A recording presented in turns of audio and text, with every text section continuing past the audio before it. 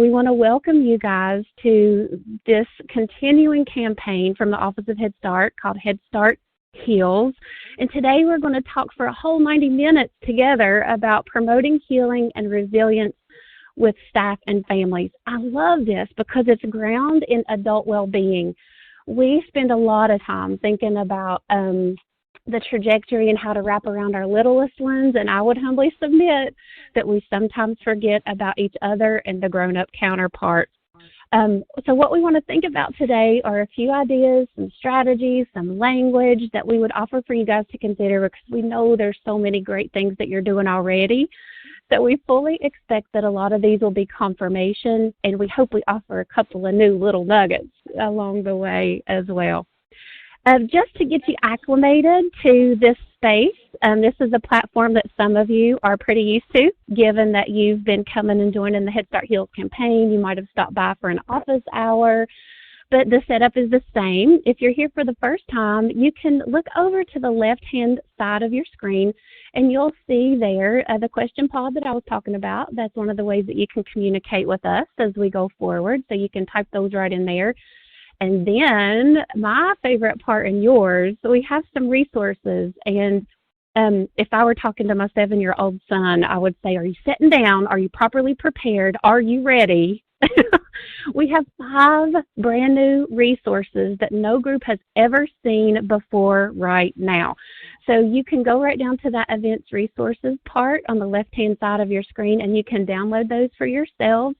I don't believe we even have them on the ECLKC, depending on your geography, ECLIC, ECLIC, ECLKC, quite yet, but they'll be there soon. So go and get them, hot off the press. And you'll have access to those throughout the course of this conversation, and certainly once it's archived. The other thing that you should know, because it's one of the questions you guys always ask, is about the PowerPoint. It is over there for you as well. So if you find something that you're intrigued about in terms of imagery or language, that's going to be available for you. And the other question that you always have is, will I get a certificate? Rightfully so. You're investing so much time in your virtual professional development, and we want to make sure you have what you need for those professional development files back at your program. So you will receive a certificate as well. It will be sent out to you after the webinar, along with an evaluation link, because we want to know how it worked for you today, what you liked, what you tinker with, since we want to continue to stay in touch with you guys, not only through this period in time, but of course, always. All right. Well, in service of not only what we're thinking about today around healing, but in service to the adults in our lives, we should sure start with the one that's, that's with you, which is yourself. I just learned about this concept of self-compassion in a webinar that I was able to listen in on, actually led by one of the folks you're going to meet here in a second, Dr. Josh Farrow. On self-compassion, and I was so intrigued by really processing, are we really checking in on ourselves as much as we hope to? This whole concept is really about treating ourselves the way we would treat a friend who's in the midst of something tough. Are we giving ourselves the same graces that we offer to others? Are we able to stand in a space of patience and kindness with our own selves as we navigate these uncharted territories? Are we able to really be in a place of forgiveness if we're not accomplishing everything that we hope to in all the moments that we hope to? We can, talk a little bit about that, as we go forward too. But there's some really wonderful materials out there. A couple of folks that have shared even a whole program around self-compassion. And one of the things that I learned on the webinar that I got to be a participant on was from Yasa Moritz. And one of the things that she offered that I just held so tightly, and it's haunting my mind in the best possible way, were these self-affirmations. Literally just taking a moment and saying things to ourselves like, let me pay attention to what I'm feeling right now. Is it something that I expected? Is my body having a reaction that I am feeling in like a physiological way? Am I tense? Am I calm? Being able to, in the moments that we can, take a pause and notice and acknowledge where we are and what's happening. Giving ourselves the graces and permissions to realize that other people are feeling the same way right now too, that we're not alone, that may we be kind to ourselves. And maybe asking yourself even, what do I need to hear right now that expresses that kindness to myself? So one of the things that I would humbly submit that has been a very big gift to me this past week is just stopping and acknowledging where I am, who I am, what I'm ready to do, what I'm not ready to do, and just accepting myself right as I am in that moment. Being patient with how things unfold, standing in my strength, and living, guys, I love this, living in love.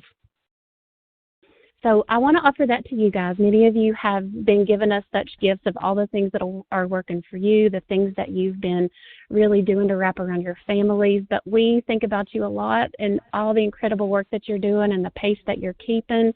And we know we don't have to remind you to take care of yourself, but we want to remind you to take care of yourself because you're valuable, valuable gifts. And we want to make sure that you're well along with all of the folks that you're serving. With that, speaking of well, I get super excited when I get to turn over the mic at any given day or time to one of my most favorite folks, and if you've ever met her, she's yours too. She's one of the leaders at the Office of Head Start, and we have the honor at the National Center on Parent Family Community Engagement to work under her leadership. And she's going to kick off our conversation today with some context and with some words from the federal perspective at the Office of Head Start. Take it away, Kirsten. Thank you, Brandy, and thank you for your warm opening. Ebony, who's a participant today, noted that while it's not related to the training, she had to say that she absolutely loves your accent. And I know that like a lot of people are probably feeling that right now. So the warmth, thanks, Ebony. The warmth is good. So yes, I wanted to officially welcome you after Brandy's welcome. My name's Kirsten Beigel, and I'm the lead for the Office on Family and Community Engagement. And today I have the pleasure of welcoming you back if you are a regular participant to the 6th installment of the Head Start Heals campaign. And this initiative began in March, and it's really a way of supporting early childhood programs such as Head Start to promote resilience and wellness for children and families. So we're recording all of these virtual events and posting them on the Early Childhood Learning and Knowledge Center, the ECLKC, and you'll find the Head Start Heals materials both on the front page of the ECLKC, or you can find them on the mental health topic page. There's a really cool new section there called Trauma and Recovery. So we know that many of you also have been hard at work on your applications for quality improvement funding, amongst other applications. There seem to be a lot of applications that Head Start programs are dealing with right now. But given the emphasis on trauma-informed care as an area of potential focus for these funds, we really do hope that you find all of the materials on Head Start Heals useful for your thinking and for your planning. So I'm going to circle back with you all later in the presentation to let you know about some additional Head Start Heals opportunities, including some upcoming office hours.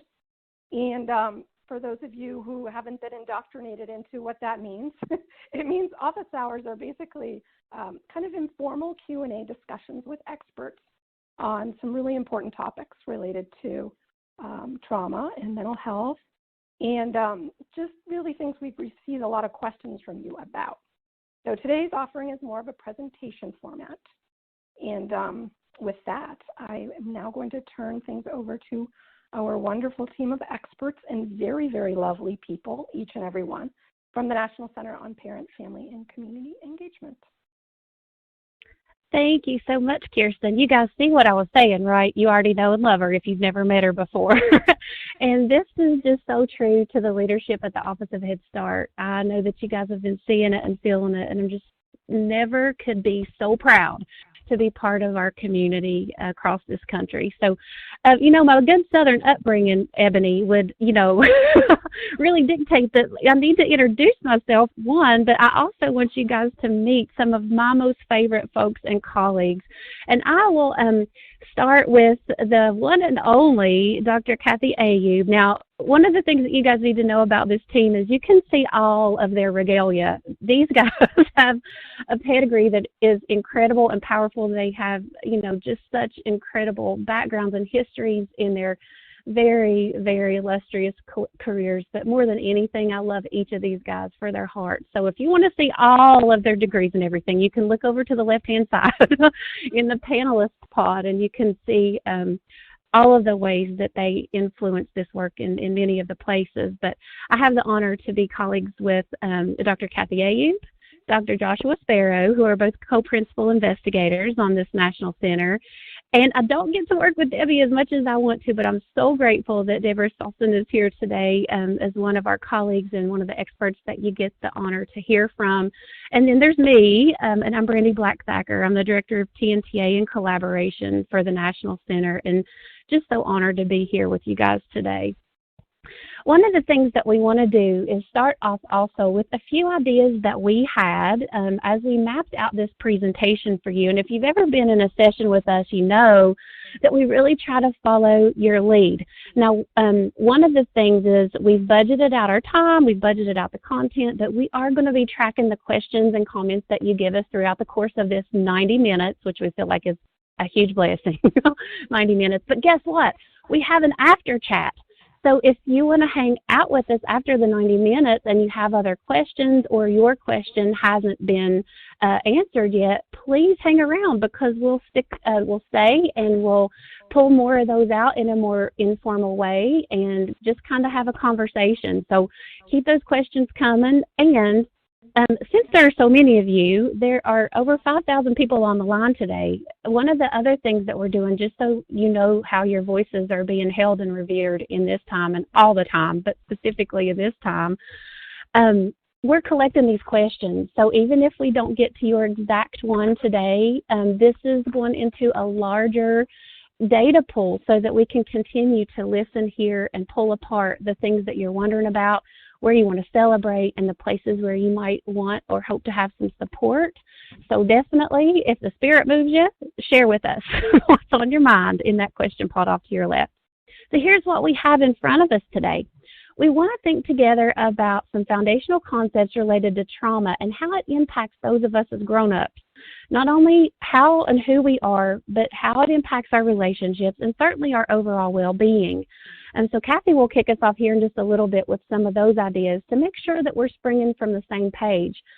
Some of these concepts, we use a lot, and it's often helpful to take a step back and really ground ourselves in the actual meaning of how they're applied, what they mean, and so we can spring together from the same space. The other thing that we're going to look at is what trauma-based reactions might look like in adults. We think about this a lot for our littlest ones, and we're not so different than the tiny ones that we run around with. So we're going to pull a little bit apart what that looks like and how it might manifest in adults. And then, I'm so tickled with this, we're going to think together about 7 strategies that inspire healing. Yes, we acknowledge the trauma. Yes, we acknowledge the realness. But I'm very grateful to be in a place in this conversation where we're really leaning into resilience and healing as our focus. And with that, a couple of things for you guys, just as confirmation. You have an incredible opportunity here, as you always have. We're over 5 decades old now, to not only influence and support how your colleagues and your families are doing in regular days, but certainly as we're in these uncertain times and any uncertain times. Trauma-informed programs and how you create that space make a very powerful and prevalent impact for the adults, of course, the children, and each of us, and the influences that, our circles of support ripple out toward. The other thing that we wanted to mention here is when you come into interactions, understanding trauma in a trauma-informed way, it absolutely impacts in a positive way the way we build relationships and the way they're sustained. Now, you guys know I feel like I'm preaching to that proverbial choir. We do this better than anybody else. But this is important to acknowledge here, because even in the moments where you guys have been reaching out to families who might not be ready to reach back right now, you're staying persistent. You're not giving up. You understand what the power of that connection means. And even if the family's not ready or not able right now to reach back, you're not in a place of being dissuaded. And I really appreciate that. The last thing is, healing is an absolute process. It's not a destination. It looks different for each of us. And just as we gave ourselves a little bit of grace with the self-compassion discussion, we really just stand with each other in those moments where it might be uncertain, and just know, understand, and embrace. I'm going to say it, just embrace that healing is a process. With all of that, lead in, I'm so excited to turn over the mic and the content to Dr. Kathy Ayub, who's going to kick us off with some discussion around some of these topics and what they mean. Thank you, Brandy, and thank you, Kirsten. It's really a privilege to be here with all of you. And as Brandy said, my job here is to talk a little bit about trauma and how traumatic events can impact families and staff. And our real purpose here is to be able to provide you with some guidance that really can help you with conversations with families. And as Brandy said, the really exciting part here is that there really are strategies that we're going to talk about that really promote healing and resilience, and that really contribute to increased family well-being. And just to remember throughout, when families know that they're understood, they can be more responsive to engagement and support, to supporting themselves, their children, and their communities. So with that said, let's talk about what is trauma. As Brandy mentioned, my guess is you've heard lots of different ways to think about trauma. And we're going to think about it in a couple of ways. But let's start with this core concept that's really up on the screen now. Trauma occurs when frightening events or situations overwhelm us, children or adults, and they overwhelm our ability to cope or to deal with what's happened. In thinking about extending this definition of trauma, or really thinking about other ways that it's been described to enhance what we're talking about, we can also go to the American Psychiatric Association, and they define trauma as experiencing or witnessing of events. I put out first, this is always an external event. You keep hearing this word repeatedly, in which there is actual threatened, and they talk about death, serious injury, or violence. That's pretty extreme. Trauma occurs when frightening events or situations overwhelm us, and they overwhelm our ability to cope or to deal with what happens. What this really means is that we often stop. We don't continue to move along the routine patterns and do the routine things that we do, but we really stop and are sometimes initially overwhelmed or even can feel helpless. Some examples of trauma, just to think about it, we can think about natural or human-made disasters, hurricanes, serious motor vehicle accidents, physical or sexual abuse, domestic violence. We can think now whether or not our experience with this pandemic is a traumatic event. And for some of us, a number of us, it certainly may be. In thinking about further expanding or at least understanding what trauma is, we really may want to also go to think about what the Substance Abuse and Mental Health Services Administration talks about in the context of the trauma-informed approach. And it's very interesting. They talk about trauma in terms of the 3 E's, which you see here illustrated on this slide. In other words, individual trauma results from an event or a series of events or a set of circumstances. The second E is experienced by the individually as physically or emotionally harmful to life or threatening, and that has lasting adverse effects, the third E, on the individual's functioning, and that may have an impact on the individual psychologically or with mental, physical, social, emotional, or spiritual in an impact on their well-being. Now, as you may have already heard, the word trauma really is used in a couple of different ways, and just want to say that here we're really talking about the effects of traumatic experiences or the events or on the individual. And so we're going to be talking about both traumatic events and traumatic experiences to refer to what happened, and the effect to refer to any resulting thoughts or feelings or behaviors or changes in relationship. And often this is really an area of confusion when we use this term more broadly. So why is it important to understand these definitions of trauma? Well, one key reason, and I think Brandy alluded to this, that understanding trauma and its impacts can help us each to actually build positive goal relationships with people that we're close to, with other staff, and with family members, any of whom may have experienced or who are experiencing trauma. So positive goal-oriented relationships are relationships that develop over time in all the interactions that we have with other people. Again, all those people I listed, with families, family members, our staff in Head Start or Early Head Start, other professionals with whom we work. And there's some things that we know about these relationships that also help us understand the effects or the impact of trauma. And so here are some things about relationships to remember so that we can think about how they may be touched by trauma. And these are really to remember these issues around families. First of all, the positive goal-oriented relationships are fueled by a family's passion for their children. They're based on mutual respect and trust. They affirm and celebrate families' cultures and language, always. They provide opportunities for two-way communication. They include authentic interactions that are meaningful. They require an awareness of each of us for our own personal biases, what it is that we bring to each relationship, which is unique to who each of us are.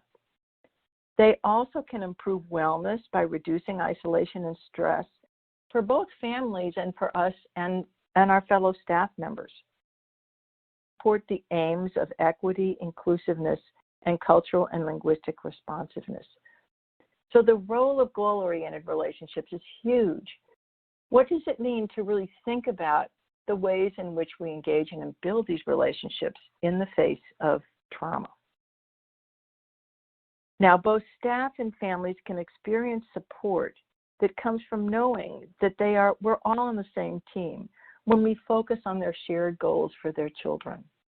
And it may be particularly important to think about how do we do this in the context of trauma. So here are some preliminary guides, and my colleagues are going to also talk about these in more depth around the kinds of strategies that we're going to talk about in a minute. But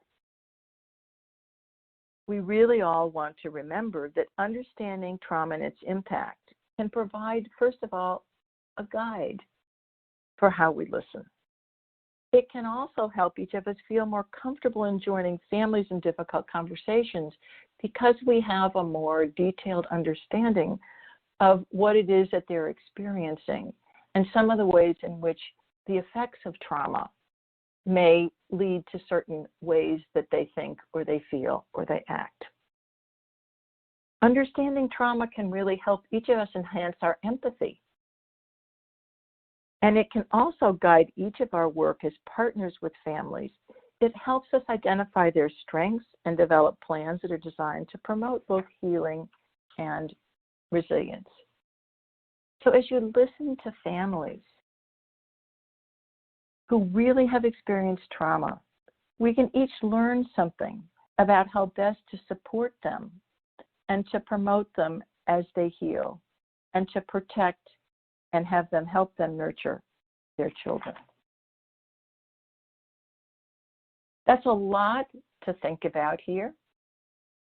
And I'm going to go back to trauma-informed care because I want to tell you a little bit about that. A lot to think about in terms of all of the ways of thinking about trauma.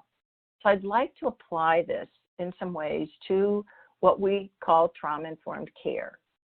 I imagine a lot of you have heard this term lately. Any of you who are applying for the special funds from the Office for Head Start will have a sense of finding this term in that documentation. So what do we mean by that? Why is it important to know? So here's some things that we know about trauma-informed care. Because trauma is unfortunately a common occurrence, it's important for us to understand and how we bring our histories, our experiences, our whole selves to every interaction that we encounter. And we may bring our own history of trauma. And when we do bring it forth, trauma-informed care can help us understand how we actually use ourselves, how we understand ourselves, our programs, our staff, and our community partners to really support the families and children with whom we work. Program leaders and supervisors can help create trauma-informed culture in which all staff work to build and share this understanding and apply it to everyday interactions. That, in a nutshell, is trauma-informed care. So according to what we know about trauma-informed care, there are 4 ways that we really will increase our knowledge of ourselves and each other and support our comfort and ability to work with both our own trauma and that of families. And here are the 4. Trauma-informed care first helps us realize the widespread impact of trauma and understands the potential paths for recovery.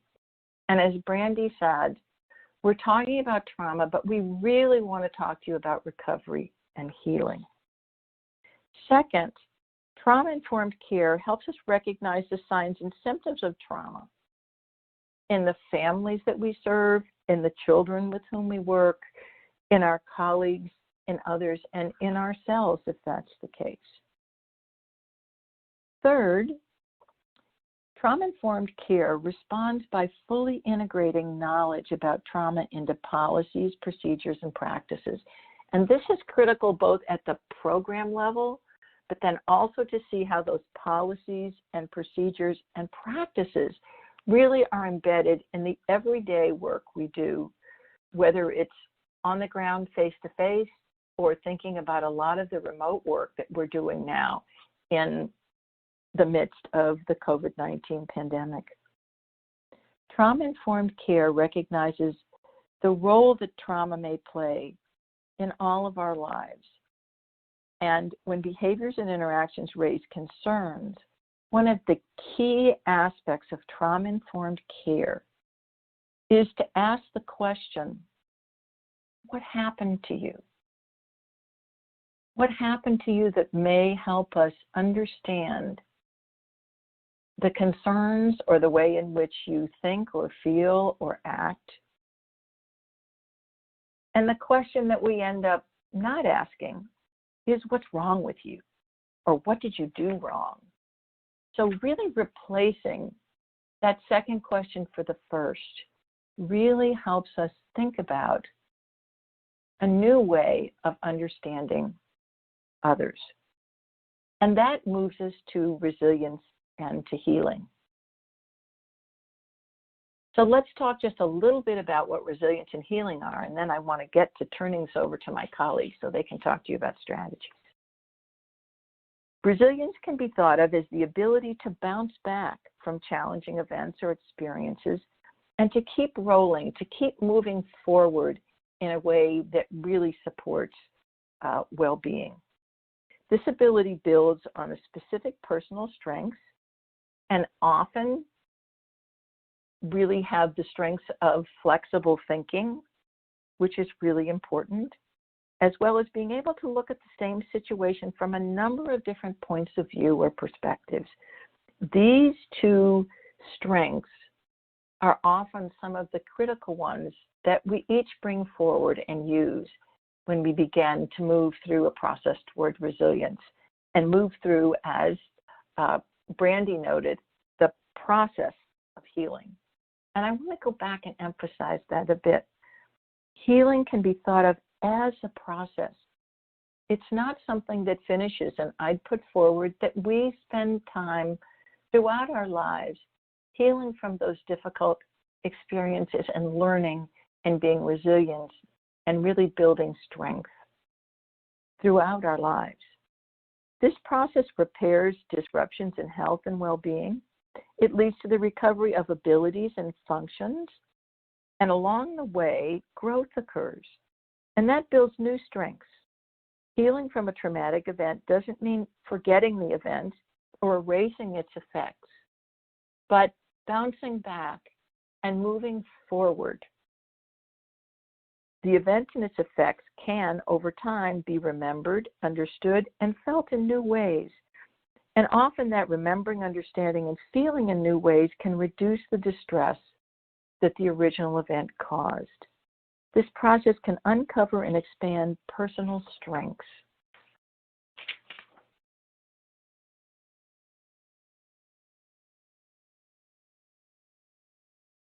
So again, whenever we talk about trauma, think about resilience and healing, or the healing process. Now, with this, I'm going to turn this back over to Brandy and get to some of the really exciting part of this work, which is thinking about strategies for coping and healing. Brandy? Thank you, Kathy. You guys are giving us great feedback and insight in the question pod. We're so grateful that you feel safe enough with us to really share where you are and what you're thinking. And Kathy, I really just wanted to emphasize something that you said, which is, we're each impacted by trauma in different ways. We all have a different journey in what that looks like. And as you guys have experienced, in this point in time, as we've really been holding each other and our families and our communities through this pandemic, we've each experienced it in different ways. And here's what I would say if you let me get to say it like I would back home. I would say wherever you are is right where you ought to be. Wherever you are is right where you ought to be. If you've experienced loss, you've come through things that, you've never experienced in exactly these ways before, and you're not in a place yet where, you're transitioning onto the healing, you're right where you need to be. Honor where you are and stay connected. We're going to share some resources throughout the remainder of this time together. But, and Kathy, I'm inspired too by one of the other questions that came in early on, which was, how do we offer support to each other and our families if folks, for instance, are worried to reach out, or they feel nervous to reach out, or if they feel like there's a stigma if they reach out? And the word that was used in the chat was about pride. What if our families or our colleagues or even myself feel worried that my pride will be hurt because I feel ashamed? What I would offer to you guys that has been really helpful as we've done this work and so much more is when you have ideas and resources that you would like to offer for the greater good, we try to do it in a universal kind of way. So, for instance, if you know that a family might be able to benefit from a specific resource, for instance, on job loss, we sometimes couch it in a way that's, this is a hard time. Many of us are experiencing things that we haven't before. We're offering this for all of the folks that we have the honor to partner with. So if it's something you need now, take it. If it's not, maybe you can offer it to a friend that could.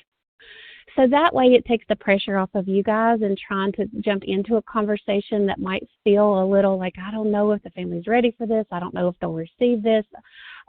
It gives us the space to really lean in to where we are right now, offer some things and see if they are received. And if they're not, that's data for us too. At least we got to try, but really in a way that's open based on, what folks might need today that they didn't even need yesterday. So we'll come back to some of those things. I, like Kathy, am really excited to transition into these 7 strategies. And what we're going to do is, as I hand this over to Josh, he's going to take us through all 7 at once.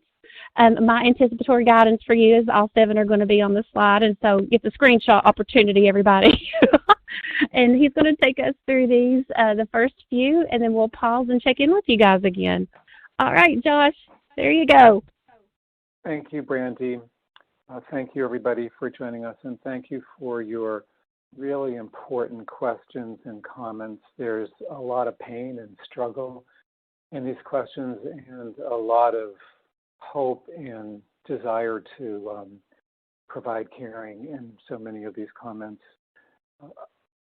On this slide, which is the screenshot opportunity Brandy just pointed out to you, we have 7 strategies for coping and healing, and I'll briefly talk about the first 3 and then bring in my colleague Debbie Sossin to talk about the remaining strategies. I wanted to start by reiterating what Kathy said, which is that trauma is common. 1 out of 3 or 4 women experiences sexual assault in their lifetime, and 1 out of 6 men, and that's just one form of trauma. We all know there are many more. And the second point I want to reiterate is that trauma is not destiny. We all know about the adverse childhood experiences studies and that these can have long-term consequences on adult health and mental health. But all that means is that there is an increased probability, not that it is definitely the case for any individual. So part of why these strategies are so important is that we can actually have influence over the course of our own lives. Trauma is not destiny. So I'm going to start with establishing safety. And probably just about all of you have been in situations where you knew a child or an adult, whether a member of a family you were working with or someone in your own family was in danger, and you knew you had to do what was in your power to help that person find their path to safety before you really could do a whole lot else. So it's important to be clear that that's the first priority, is survival and protection, and that healing is hard to do when we're still under threat, in part because we still continue to be in that mode of fight or flight or freeze. Yet, in the current COVID-19 context, none of us are in the clear yet. We all are living in this ongoing situation of risk and danger, but we can find our lifelines. We can find our rescue rafts. We can identify who are the people we can count on, who are the people we can call, what are the things that are within our power to do to protect ourselves as best we can. And then we have to let go of what is beyond our power and really focus on what we can do. Speaking of protecting ourselves, in early phases after a trauma or a series of traumas, or even as an adult, when we are still early on in the process of healing from a childhood trauma, we may behave in ways which are absolutely the best we can possibly do, but that are hard for others to understand and are often hard for us ourselves to understand, confusing and even frightening for others and ourselves. Some of these initial ways of coping with trauma are avoidance, distrust, anger, guilt, pulling away. And this can cause distress in ourselves and in others. It can disrupt our relationships and deprive us of the nurturing and care that we need in those relationships. So these early responses may not seem adaptive, but it is our early effort to protect ourselves. And it is early because we're pulling away from relationships because we might have gotten hurt badly in one or a couple, and then we cut all of them out, even though there are some that we absolutely need that are strong and healthy and will help us heal. But early on, it can be very hard to know who really cares and who you can really trust. So these are the early efforts to regain a sense of control and regain some sense of mastery, but it is at this cost that limits how far healing in this phase can go. Next comes self-reflection, which is really tuning into what happened to us and how it's affected us, so that we begin to look at the ways in which we've been attempting to protect ourselves, attempting to have some sense of control or some sense of mastery, but in ways that have ended up pushing away people who we love and need and can trust or could trust. And so we take stock of the ways in which the hurt that we suffered has made it hard to heal. We take stock of just what it has hurt, how badly, what parts of our lives it's disrupted, what relationships it's disrupted. And it is in taking stock of what we've lost, how it's changed the way we think about ourselves and about others and about our future, that we can begin to put words onto feelings. And as we find those words, we're able to bring to bear our ability to think about feelings that often start out without even having words connected to them. And that begins to really give us more control over the earlier phase of healing, where we may behave in ways that end up ultimately not really serving us.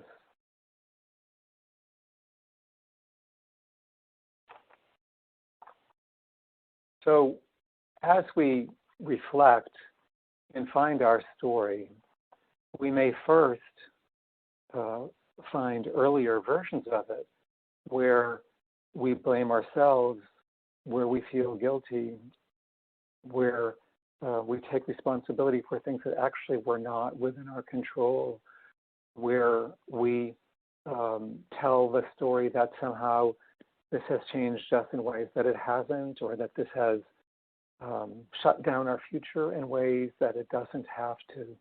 And in one of the comments, one of the people participating today talked about the trauma of a suicide of a best friend 2 weeks ago. And there are so many ways in which that hurts. And in the early days after a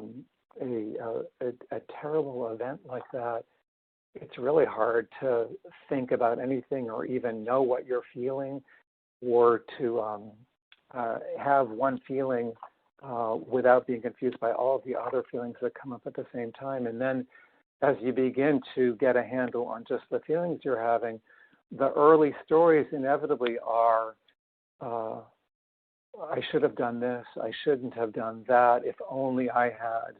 And so there's this kind of negotiation with what is already said and done. And then there's often the guilt and the self-blame. And so part of what's so important about this part of healing, after the initial shock and the initial numbing and the overwhelm of feelings, and then maybe the pulling away and retreating, is to take stock of what are the different stories I'm telling myself about what happened, about this other person, about this loss, about me. And are there other perspectives? Are there other ways of looking at this? Are there other meanings that I can make about what happened? And then, as you've gone through this process of self-reflection, been able to put words to feelings, discover some of the assumptions and negative beliefs underlying some of the early stories that you might have told yourself that aren't the truth, that are an early way of making sense of something that's so hard to comprehend, maybe even impossible to comprehend, but that don't have to be the way that you understand what happened to you or what happened to the other person or your experience of the loss. And it's very hard often to be able to talk with anybody about what happened to me, or about, for example, the loss of this person who is with us today, especially when there is self-blame and guilt and remorse. It's very hard to be able to talk about it with someone else for a number of reasons.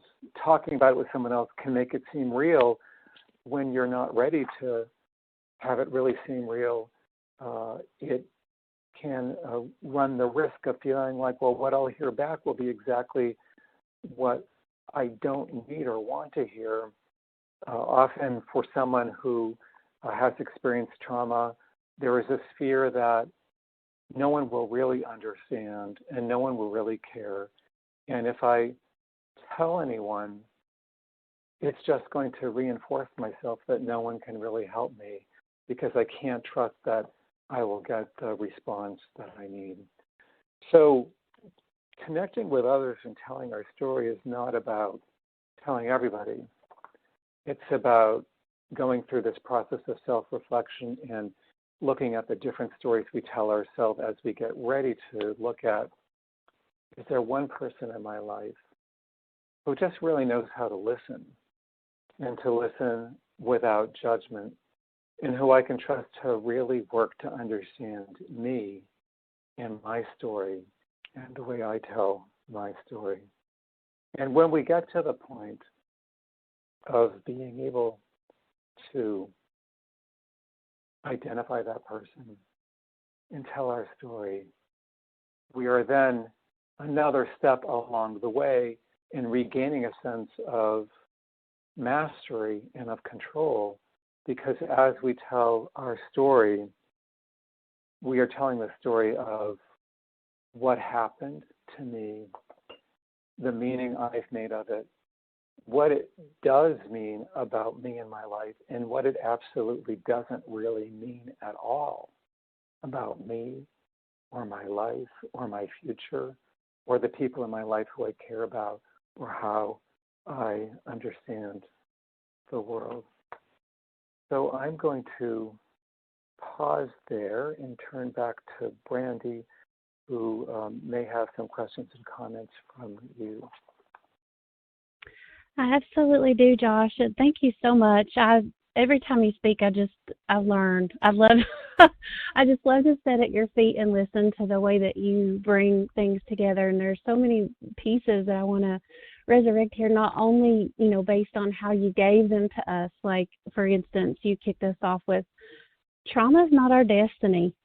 And it really harkens back on, Kathy, a statement that you made about we're not defined by what happened to us. And I really am grateful in our community across this country how we've learned for the littlest ones, in our classrooms, on your caseloads as a home visitor, when they have a behavior that challenges us, to stop and ask, what's happening to you, not what's wrong with you. And I really hope that together we can convey those same permissions and graces to the grown-ups around us, to pause, as Kathy inspired us to say, wonder what's going on. Wonder if I could be a support, and just standing in that space of openness and acceptance based on what the family tells you about how they're ready.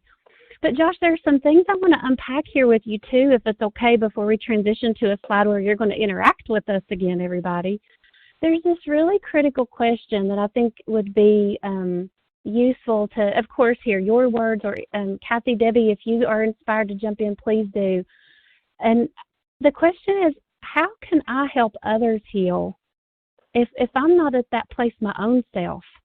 How might I have an impact with others and for others around me if I'm in a place where I'm doing my own good, hard work?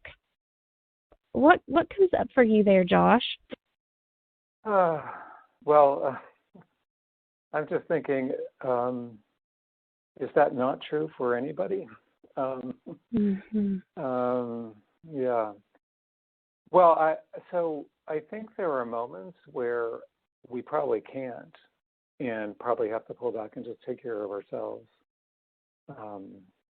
That's why there are things like bereavement leave, and hopefully people have that and can take it. But there are times where the overwhelm of the emotions, as with the loss of a loved one, is just too big and too confusing to be able to get through it, to be with someone in those sort of early phases. There are other times, and I think you can measure this for yourself, and I think it's an individual thing, where you can use the strategies that many of you have already outlined even before we began, whether it's deep breathing or yoga or meditation or creative writing or journaling or exercise or singing or any other sorts of physical activity, or calling a friend. When you're at the point when you can use those kinds of things to move away from the overwhelm and to be present with someone else or in another activity, I think when you're at that point, I think the fact that we are still struggling with our own recovery doesn't mean we can't help other people. And in fact, sometimes people worry that we help other people instead of helping ourselves, but I think that we can do both.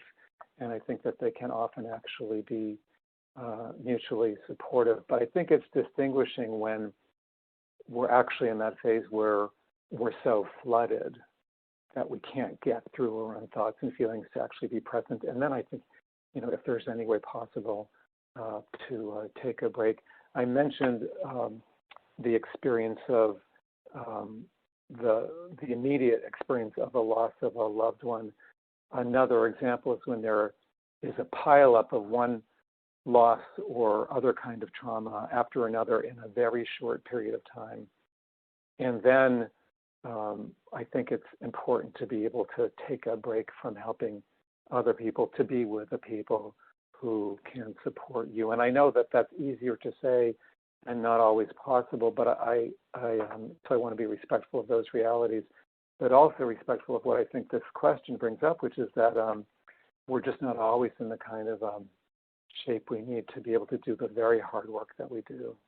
I also wanted to add, with regard to that question and the one that I mentioned earlier, that as much as we would like to be able to help in whatever way we can for folks to also turn to their informal supports, whether it's families or friends or neighbors, and also to formal supports and communities. Again, understanding the limitations of resources and communities in better times and the limitations now where that may have to be virtually. And Josh, that's such an important point. And I also, I can't help but just stop for a second. And again, thank folks that are here today for sharing part of their story. Not only are you guys telling us some of the most hard pieces of your journey that you've been through, but you're also telling us the incredible things that have happened on that journey also. You're teaching us about being able to stand in that space of something very difficult, or a lot of somethings that are very difficult, and also what it's meant to you and what it looks like on the other end, and wherever you are in that journey. So I just, Josh, I don't think I have the proper words, to be honest. I'm just so moved by what's happening in the dialogue that so far you and Kathy have offered, and what each of you are sharing in the Q&A pod. And I just, please, I think we have to be accepting of whatever words and not expect there to be proper words. You know, other people are asking about how to share their story when it might be upsetting to others. And I just wanted to clarify, as I said, it is healing to share our story, but not necessarily with anyone or with everyone. But there are instances in which it can be healing, but that means being at a certain point in one's own process of healing. And an example is Jane Clementi, whose son committed suicide after his freshman college roommate filmed him having sex with another young man and then posted it on Facebook. And Jane Clementi has created the Tyler Clementi Foundation to fight against bullying in schools all over the country. And so she tells her story everywhere she goes, but she's at the point where she's figured out that the way she will heal from this terrible, shocking loss is by doing everything that she can to have the loss of her son not be for naught. Yeah, Josh, that's an incredibly powerful example of some other things that we're seeing in the chat that folks have offered. Like, you know, I came through this really series of hard things, but I learned to lean on others. I learned to say that I needed help and support. I learned that I didn't need to be as strong as I thought I did. I learned that I could, you know, just humbly offer myself in the space and truly feel whatever I was feeling in those moments. You know, these are important for each of us. And what I also appreciate about this is often, and gosh, I'd be interested to see if you guys agree with this, as we're figuring out our own journey toward healing, sometimes the thing that we can do to propel us the fastest is to give that same gift to others. It's real. Josh, I love how you said it. I mean, we are all in that place, and we will all be in that place.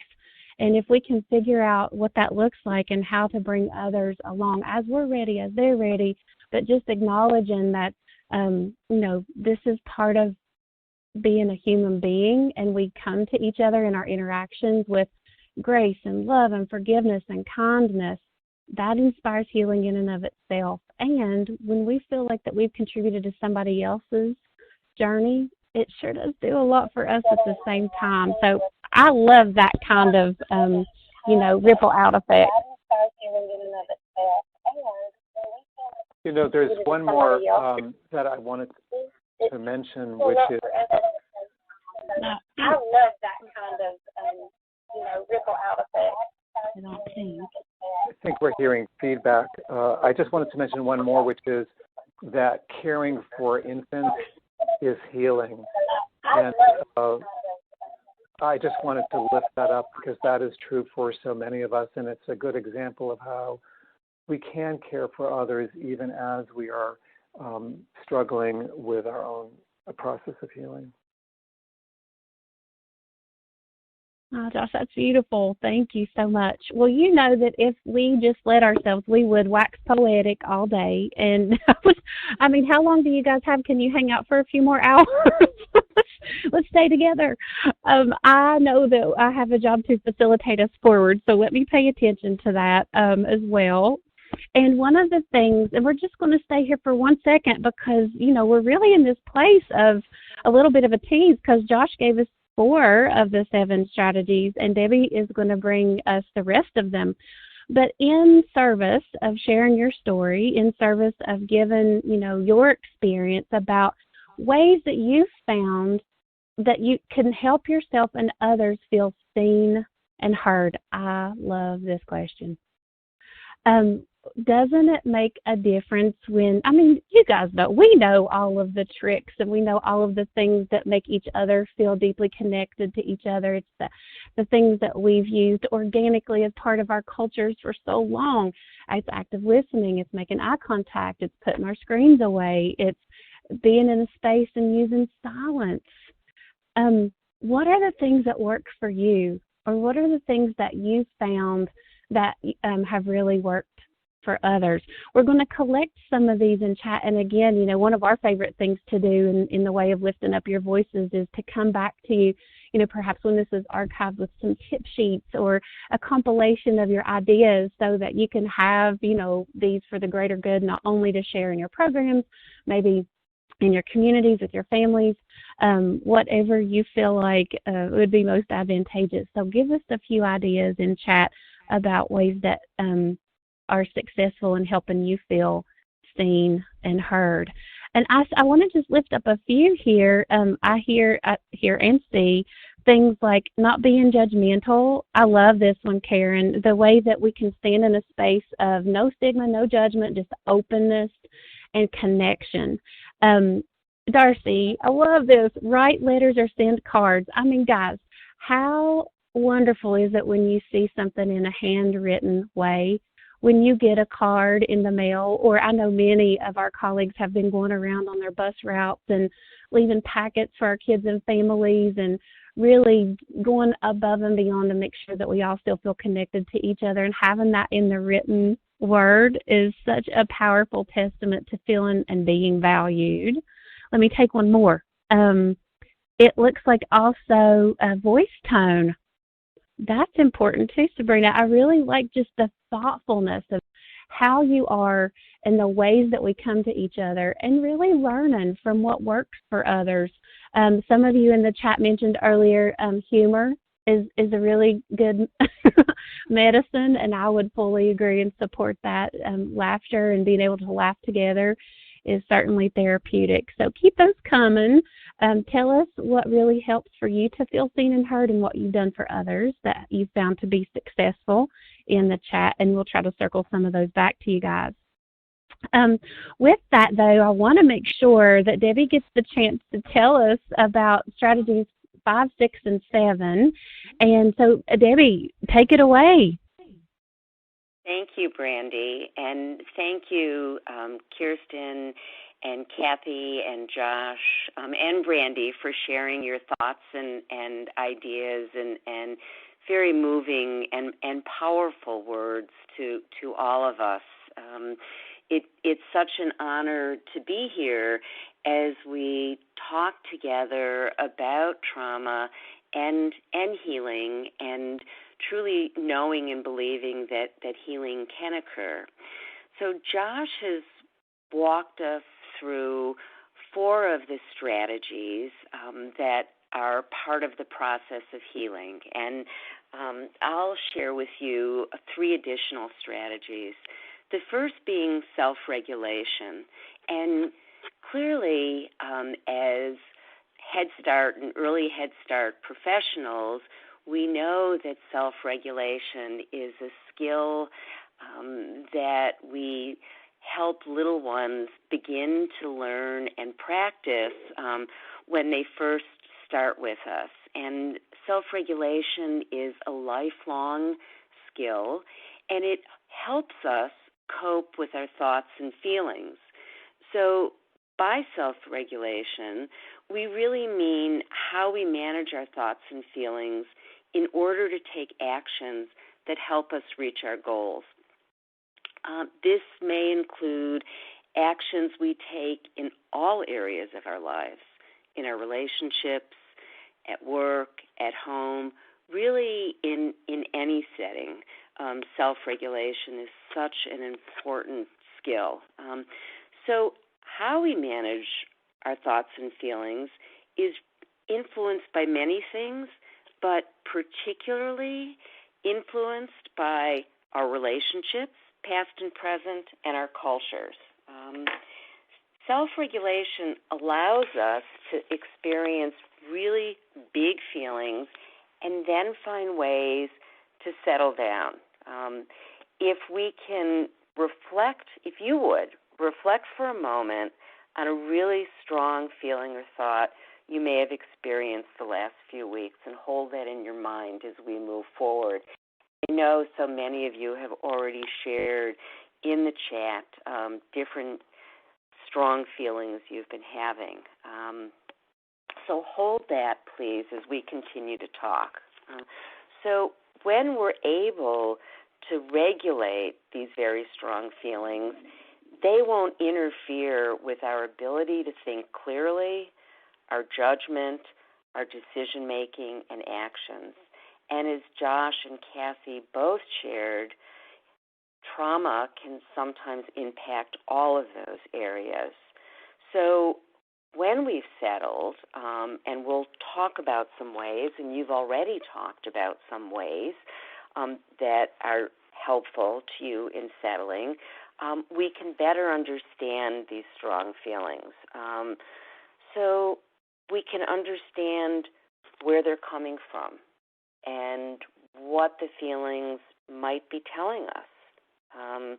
And as we come to understand these feelings and not just our immediate responses to a situation, we can then make decisions and take the actions that best serve us, that are most helpful to us, and not responding reflexively to our past experiences. Again, as Head Start professionals, we know how important self-regulation is for children, and that being certainly a goal in their journey towards school readiness. I imagine that we've all had the opportunity to see young children, either our own or our Head Start children, develop the ability to self-regulate over time, and how exciting that is to see that develop in a child.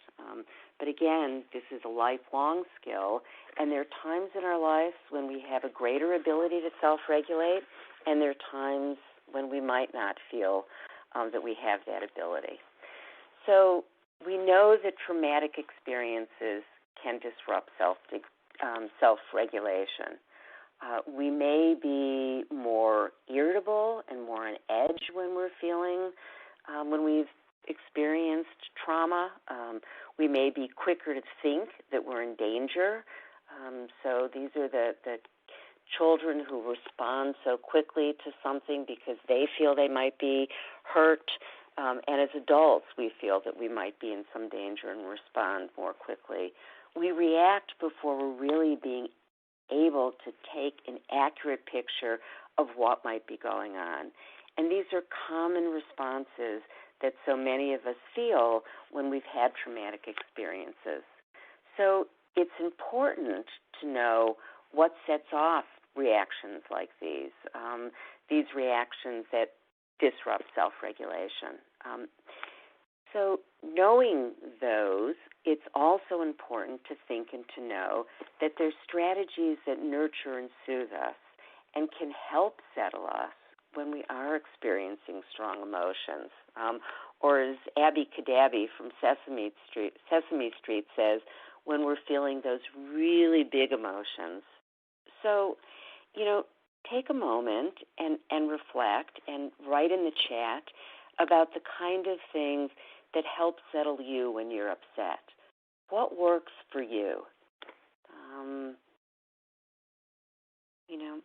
Many of us know what helps us. A few strategies that we might think about or include, and Josh has spoken to this, and Kathy, talking to a loved one or a friend, someone who we know may understand us, someone that we can trust. Taking a walk, getting outside, doing some exercise in yoga, doing some deep breathing or meditation. And, meditation can mean many different things. I was on a call with some people earlier, and a woman was sharing, one of the teachers at a Head Start site was sharing that for her, baking is a meditation. She loses herself in the moment. For me, washing dishes is a meditation. So it's a way to lose yourself and be fully present in the moment. Listening to music, loud or soft, depending upon what works for you. This is a really important one that can help soothe us. Not always easy, but taking another person's perspective. And I think both Josh and Kathy spoke to that. So trying to think about, how is my friend seeing this situation? Why might she be feeling so strongly?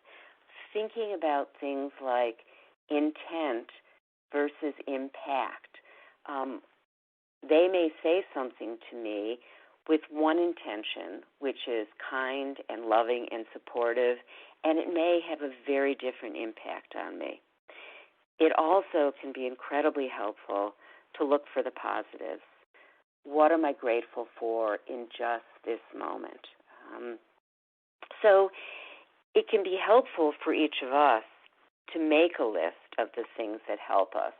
So when we're most stressed, we can pull that list out and look at it, either pull it out mentally or physically pull it out, and remind ourselves of what we need to turn to that can help us settle ourselves.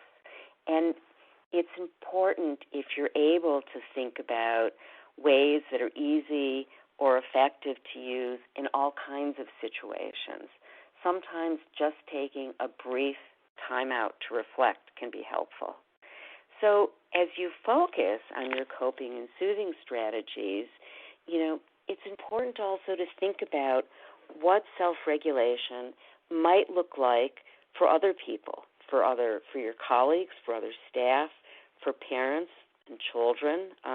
This certainly is an example of perspective taking, and clearly one person's soothing strategy may not be so for another person. So we're all different, and yet we all can be soothed with these strategies.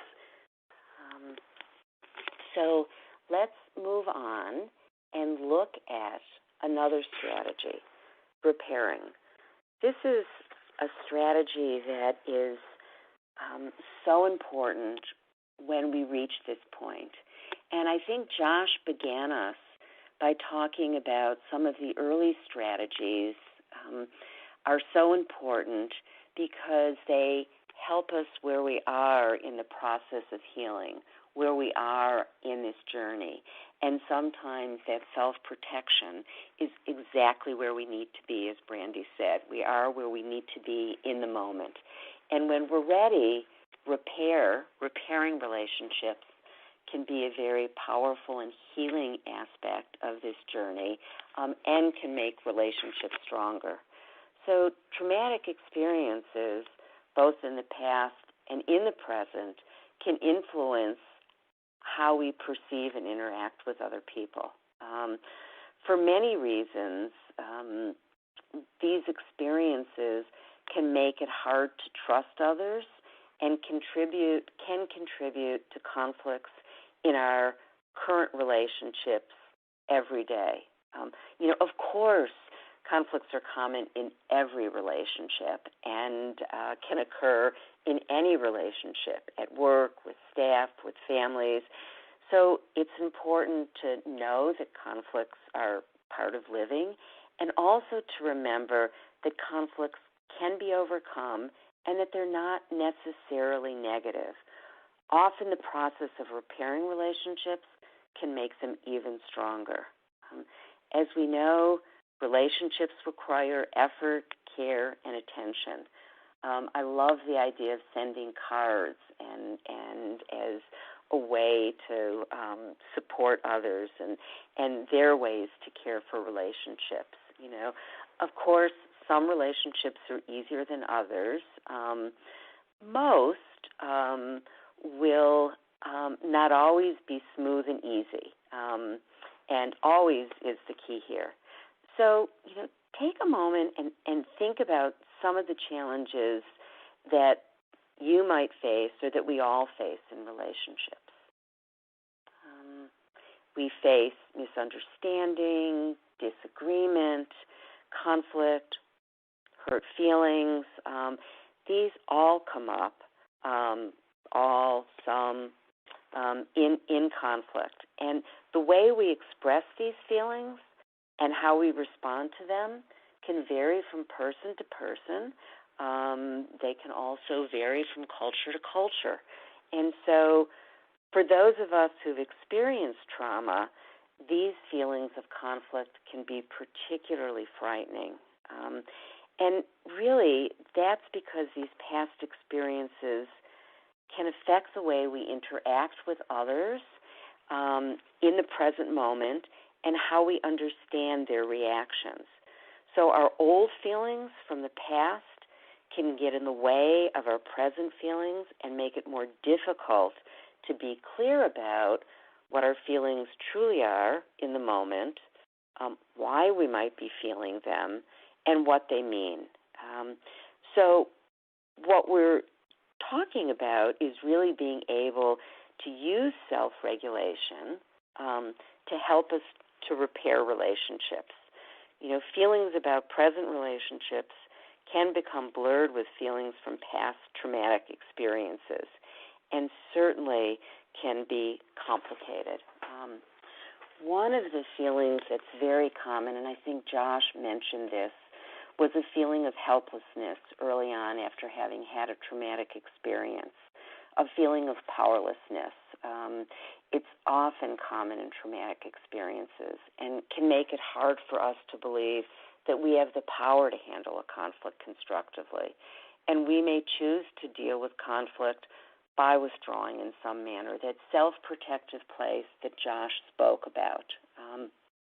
And even as we do this, if we need to be in this place, as Brandy said, we are where we need to be, in this safe place, this self-protective place, we can still work on noticing the old patterns of avoidance and distress, of distrust, and perhaps numbing our feelings, and know that there might be a time that we would be ready to come back to the relationship. So let's think about some strategies that might be helpful if we get to that place. We might give ourselves a break, some time alone to sort through what's going on, just taking a breath. And this reflection can help us identify the feelings from our past traumatic experience. We might work to distinguish those feelings from the ones that are coming from the current moment, and we can strive to come back to the relationship. It's not always easy, but can be so powerful. I'm thinking about trauma not being our destiny, and one of the quotes I'd like to share with you is by C.S. Lewis, and that's, "You can't go back and change the beginning, but you can start where you are and change the ending." And that, to me, is what healing is all about. We can model hope of being able to listen and work things out, and we can try to find and take acceptance of our role in the misunderstanding and what the conflict may be about.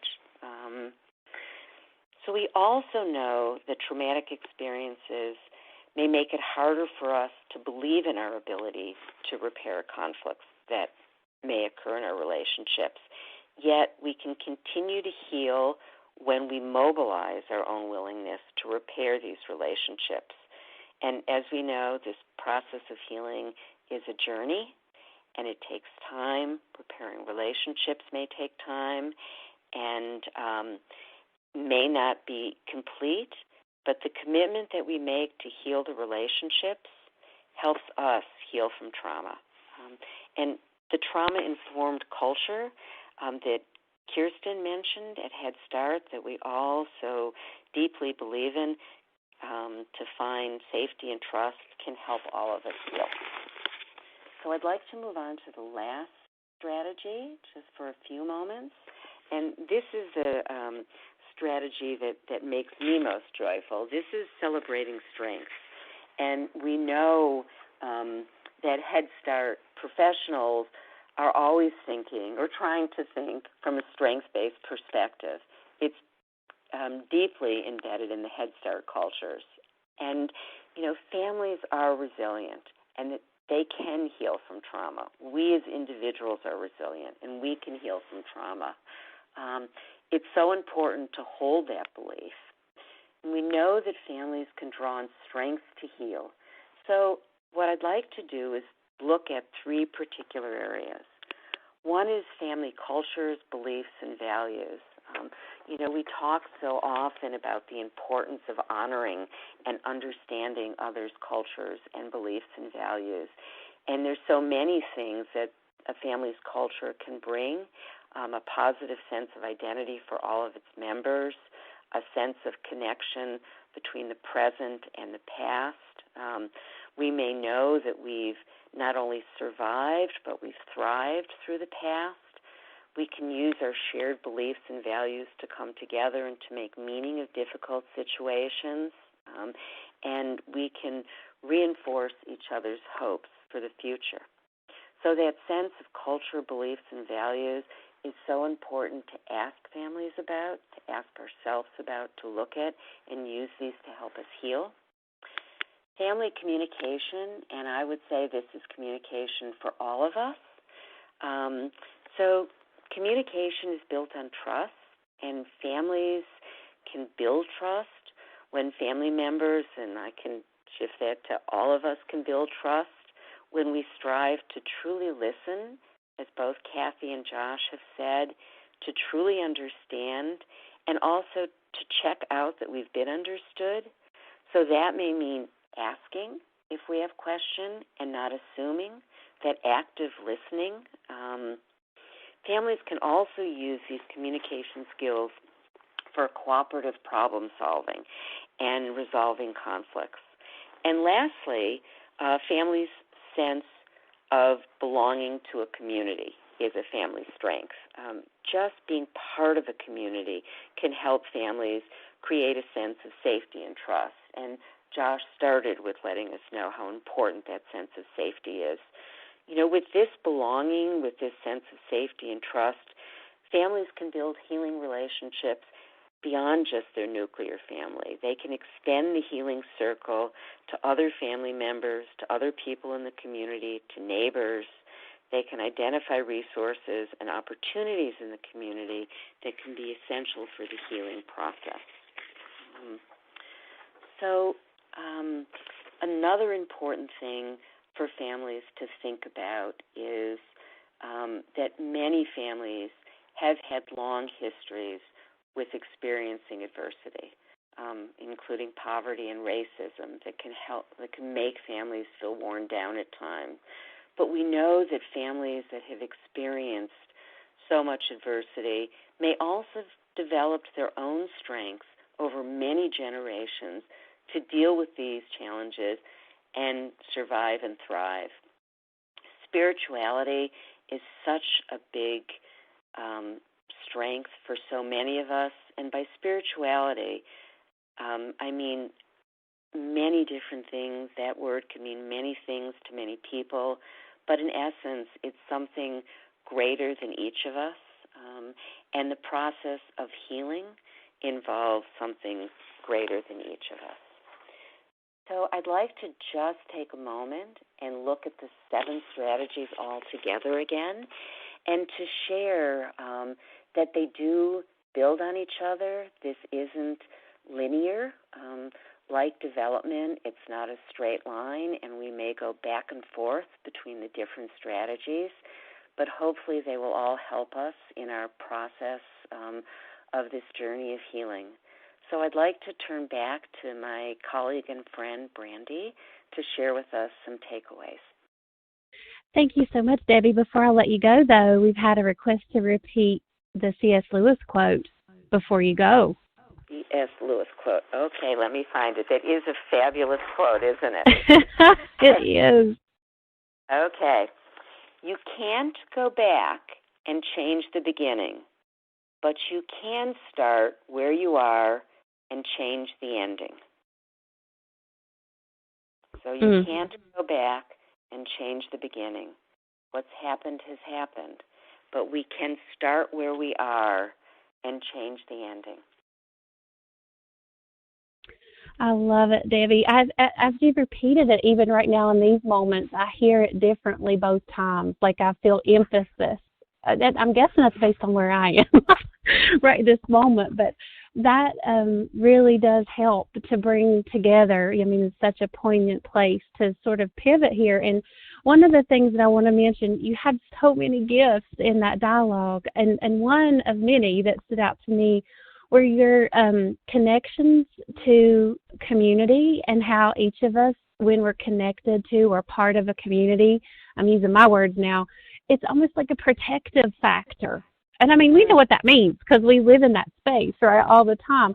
But that in like sort of connection to the way that our families love us so much in Head Start and that we're often the person that they do seek out, there have also been a few role-based reflections and questions that have come up, and I want to honor those. So let me say two things real quick. We have about 5 minutes left in the actual webinar, and we're going to do some closeout. We have some resources to offer and share. But don't forget, if you have the moments, we're going to do the after chat so we can keep collecting these kinds of questions. We're going to hang out for at least 15 more minutes to address ones that have already come through and maybe other ones that come up for you. But Debbie, taking us back to that, this notion of connection to community, this notion of, well, I want to help, but I'm this role, and I don't know if that's overstepping my bounds, or I don't know if that's the thing that I ought to be trying to support because ... Like we could all fill in the gaps. One of the things that I want to hold here is our families look to us as trusted people in their circle of support. And part of that is knowing when to make connections to others. And you guys, we have a network. We do this engagement business better than anybody else. We really do have our own connections to community. We have networks all over the place. You have mental health consultants on your team. I know Kirsten mentioned different kinds of monies that are available right now for you to, put your hat in. And many of you are really enhancing out the way that you're using your mental health professionals and expanding that within the context of your program. So be honest to who you are and your role. Be a connector. If you feel like you're in a place where you're wondering, you have a whole network of folks who you can make that linkage to, which is so important. And if you are in that place where you don't know what to say and you've heard and you're holding something that's really, deep and hard for a family member, it's okay to say, I'm not exactly sure what to say, but I'm just so glad you told me. Because together you're going to be able to figure out, what those next steps are. So, goodness, we could just spend the rest of the day with you guys. I don't know what time zone you're on, but we could really clear some space to hang out. Let me show you a couple of key takeaways, and then I'm going to turn it back over to Kirsten so that she can showcase a little more for us about the OHS Head Start Heals campaign. But I want you guys to have these, and so much of this, I'm grateful to report, is reflective to what you've been sharing with us in chat and in the Q&A. Josh, harkening back to what you said, we're not defined by our experiences. And how we are and what we do as grown-ups, that's meaningful. We're communicating through the way that we're interacting, and more so, I would humbly submit that when folks are behaving, we can take and make meaning from what that is and what it might mean and how to embrace in a way that's non-judgmental and open. And I love this part because it's healing-centered. Together with those healing-centered approaches, Kathy said trauma-informed, we can grow and thrive. We can do it together. It's a journey and not a destination. Healing is possible for each and every one of us, and it's going to look different. And that is not only okay, it's expected, and it is part of, since I'm in an early childhood house here, a developmentally appropriate trajectory, period. Offering ourselves those same graces. We kicked off with self-compassion. We should bring that back to our memory. Making sure that we give ourselves those same graces that we do others is an important part of how we heal on our own. And we're not by ourselves. We have each other. We have an incredible community across this country that is doing amazing things. And you inspire each of us in our work every single day. One last quick bit here. This is a poem that, and I mentioned her at the beginning of our time together, Yafa Marit shared. It's on the webinar that I attended, I think it was last week. But it's called Invisible Hugs, and we thought that it was appropriate to end this part of our conversation with.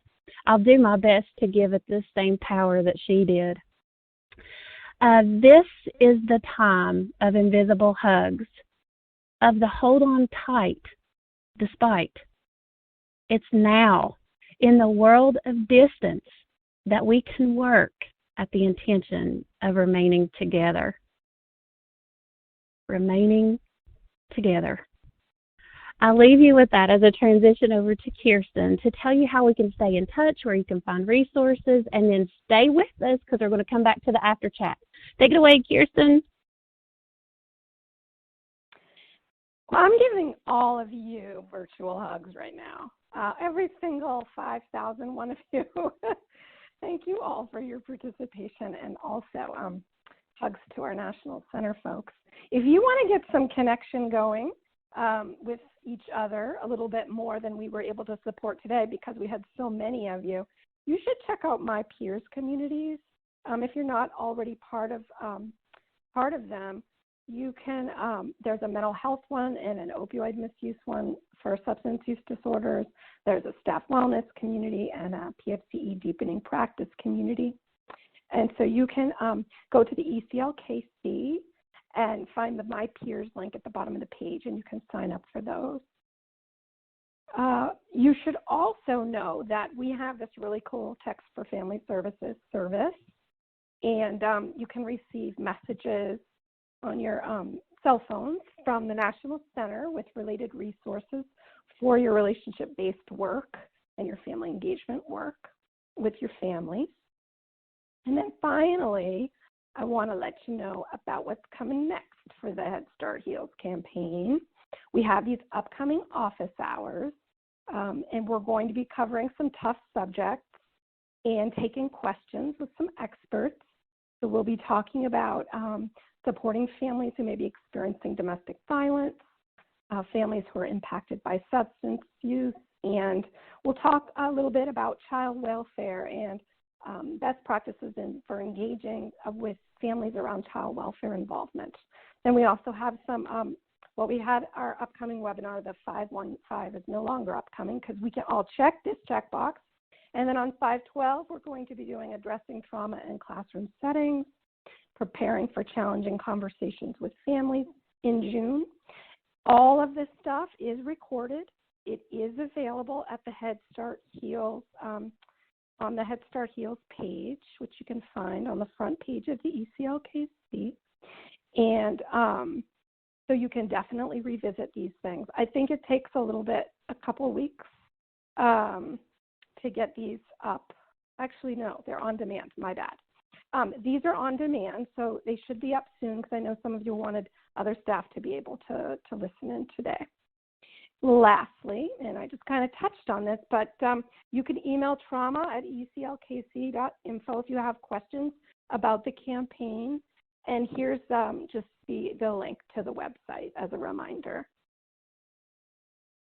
And then, Brandy, did you want to touch up, say a few things about the evaluation before we move into questions? I absolutely do. You read my mind. I do, because you guys have this question as predicted.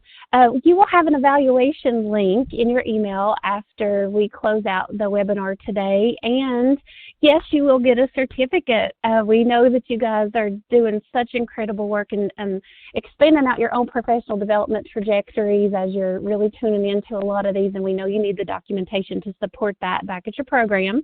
So you will receive a certificate and an evaluation link. So please tell us what you thought, what you liked, what you want more of, what you would tinker with. We really do appreciate your voices, and we absolutely try to make changes and confirmations based on what you teach us with your words, not only here in the Q&A portion of the screen on the left bottom side, but also in those ways of the evaluation.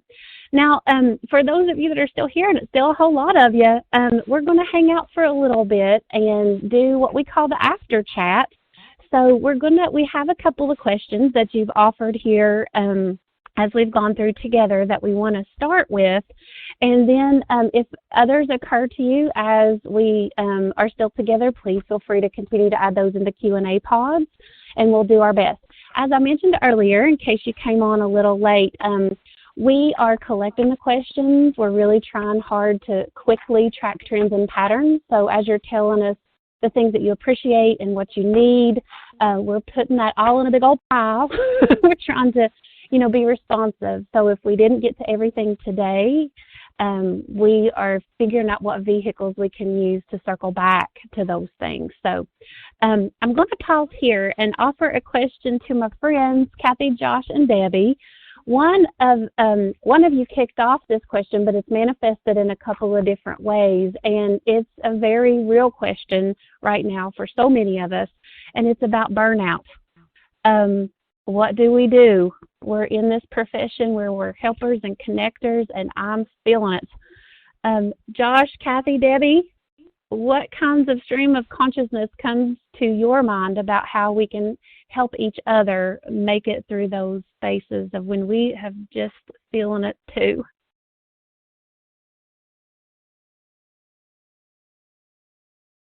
This is Debbie. I'd be happy to start that and then look to Josh and Kathy and Brandy to jump in. But when I think about burnout, I go back to the self-regulation and some of what we think about with self-regulation. And although burnout may feel at times like no feeling, it really is a very big feeling. And so with that feeling of burnout, I would suggest kind of using some of the same strategies to take a step back, to really reflect, to take some time to take care of yourself. There's another quote that I so appreciate by Audre Lorde, the civil rights activist and feminist, which is self-care is not self-indulgence, it is self-preservation. And we all are in this field because of our deep commitments to children and to families and wanting to, in essence, make the world a better place for them. And there's a lot that we do and can't do, but allowing ourselves to know that we can't do it all, and we need to take care of ourselves in the process. I've been thinking particularly now with all that we're experiencing with the pandemic and being a person in Boston, that this isn't a sprint, this is a marathon, and we really need to pace ourselves. So going back to Brandy's words much earlier of we are exactly where we need to be in the moment, allowing ourselves to be there, and taking care of ourselves to move through. So, Josh, Kathy, anything you'd like to add?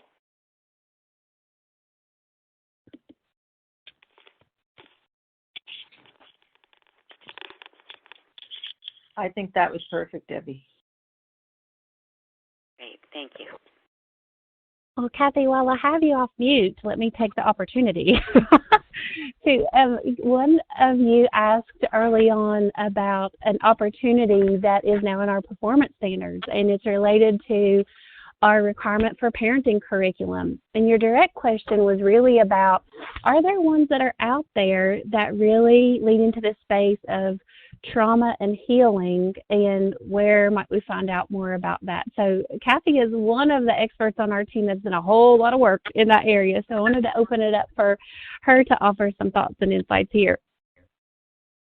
Sure, Brandy.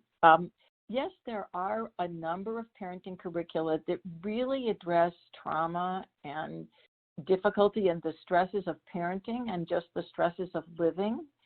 And a number of those particular parenting curricula were actually developed for folks who were really struggling, and then they said, oh, these work so well for these folks, let's open it up for everybody. One of the ways to really find them is to actually go onto the parenting curricula database on ECLKC, and if you look at the column that says description, It'll give you a description of what the focus is of that parenting curricula. And you'll see there are a number of them that say this talks a lot about what it means to be a parent and what it's like to really manage stress. And sometimes there are even 3 or 4 different sessions that happen before you ever talk about what it's like to parent a child. The 3 or 4 beginning sessions are really all about self-care.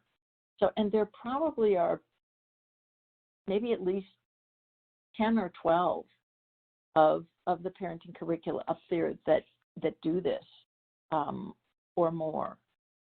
So I think it's really important to do a little research and take a look there and then go to the developer and see what else they have to say and even look at how they might have developed it, developed the parenting curriculum, because it's a wonderful place to really open the door to discussing both trauma, but moreover, healing and resilience in the context of being a parent and using our roles as parents as really a way of healing, and thinking about healing is really marvelous.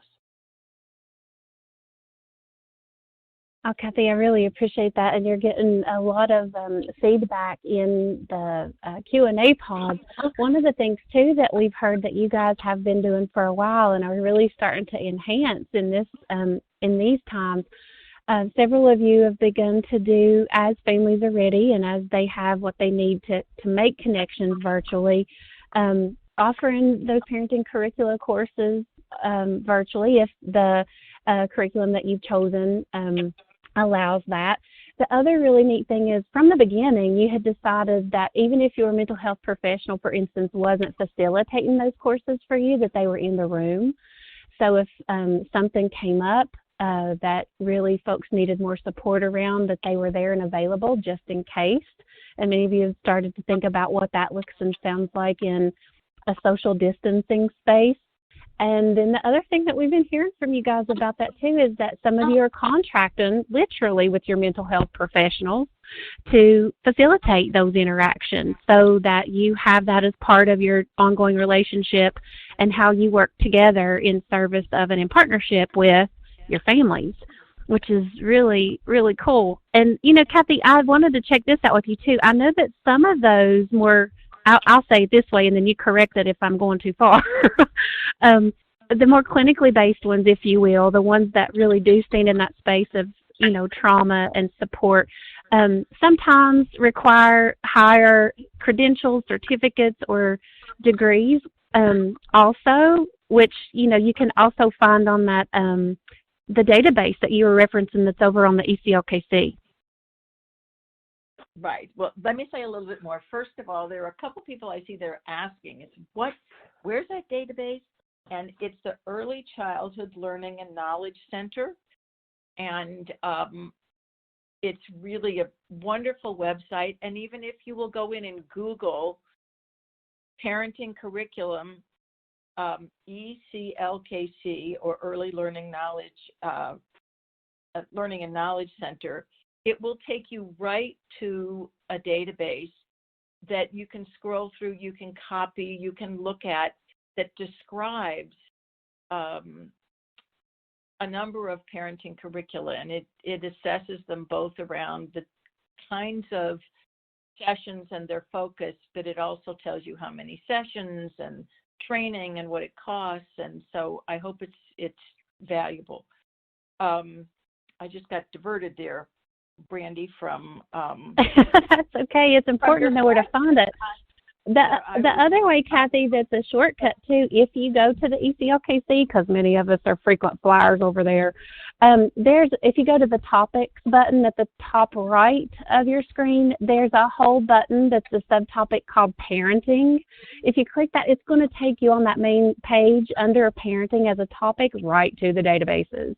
And what's cool about that is we have them divided out too by your program options, so you can search you know, by the way that your program and your systems are set up, whether that's center-based, home-based, and even, you know, combo model. So it's been really helpful. I mean, according to you guys, thankfully, you've really appreciated those, as not only you've researched the ones that you chose, but as in this conversation, Kathy, you know, as needs have changed or others have intensified, some of you have sought out new ones, or you've added ones on to really connect with families in what's happening for them right now.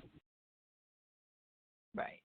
So, Brandy, let me answer your question just to say there are a number of parenting curricula on this list that do provide some therapeutic support for parents who are having special challenges, although all of them that are up there can be offered to any parent who has some interest, and that's the advantage of the list.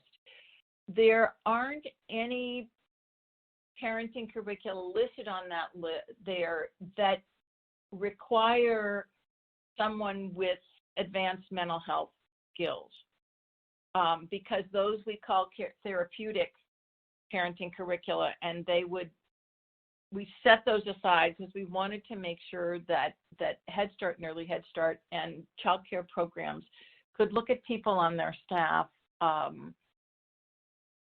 and could involve their staff in being facilitators. Now, some of them do require more skill than others. You're absolutely right there. And so that's something else to look at pretty carefully.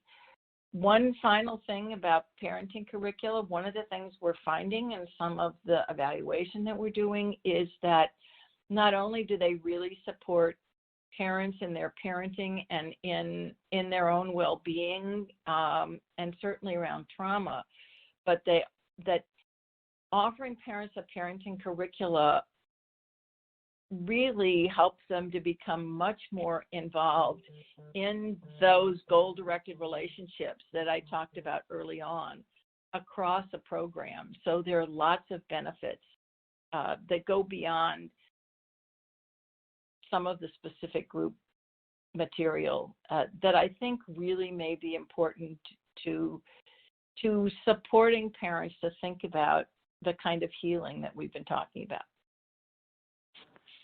Oh, that's perfect, Kathy. Can you guys tell we hit a passion point for Kathy? and me too, a little bit, Kathy, but I can't compete with you there. I think you've got that one. You win that one. As we close out, I want to offer space one more time for Josh to come forward and give us some closing comments in summary, and then after he finishes, I'll offer a couple of more logistical pieces before we bid each other a fond farewell today. Thank you, Brandy. Thank you, everybody. In looking at the 1,400 plus questions, there are so many of us who have been through a lot, who have been hurt a lot. We are definitely not alone. And yet part of what, especially certain kinds of trauma like childhood sexual or physical abuse does, is to make us feel like there's no one else who has been through this, and no one else knows, and then no one else can know. But we are not alone. This is, as we said several times, a very common human experience, sadly.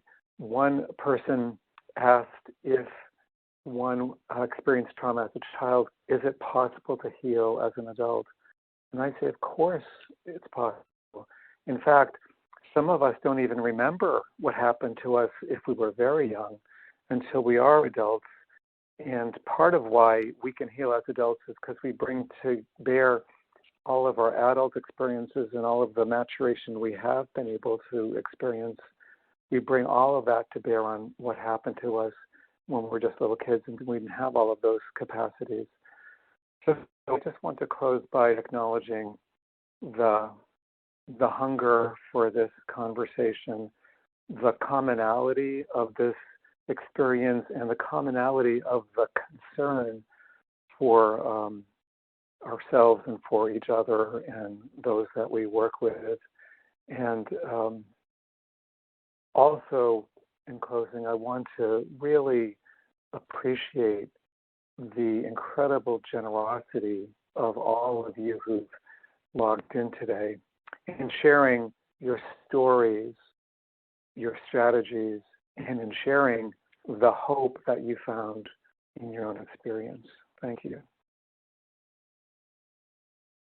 Josh, I can't say it any better than that. That's a hard act to follow. So what I'm going to do is answer a couple of logistical questions quickly so you guys have what you need as we leave each other. You will get certificates. They will come in your email after the webinar concludes today. That email will also include an evaluation link, so please fill that out. Let us know what you liked, what you want more of, what you want to tinker with. You also have resources to download them for those of you that are still here. If you didn't get them, go get them. They're not available anywhere else. They are revealed here for the first time today. They will be coming to the ECLKC soon, but they're not there yet. So it's a whole series of 5 briefs on trauma resilience, coping, systems building, trauma-informed organizations. We have something for everybody. So go ahead and download those. Our PowerPoint is also there for you to download. So if there was an image or definitions or something that you saw that you could, you find could be useful, you're welcome to that there. We also are thankfully, so I want to express some gratitude here for the entire National Center on Parent Family Community Engagement team. I can't tell you what an effort it was to bring all the pieces together for you today, from our communications director, Jackie Muniz, to everybody that you saw and heard here, to folks that are behind the scenes trying to help answer questions. It is a true honor and pleasure to be part of this team and, of course, to be part of this larger Head Start community across the country. But we wouldn't be here without our leadership at the Office of Head Start, and I want to extend a very sincere and deep gratitude for the leadership there, for both, of course, Kirsten, who you got to meet today, but our other leaders there, and everything that they've done to keep us moving forward in these times and everything they continue to do. So deep gratitude there. And last but certainly not least, each of you for spending all this dedicated time with us. There's still thousands of you on the line almost, 2 hours later. So we can't say thank you enough. We can't tell you deeply enough how much you inspire us every single day. And I just am, again, at a loss for words to convey what you mean to us and what you're doing for families in your communities mean to each of us. So thank you for coming. Come back and visit us again in the Head Start Heals campaign, and we certainly look forward to seeing you again soon. Stay safe, stay well, and stay connected.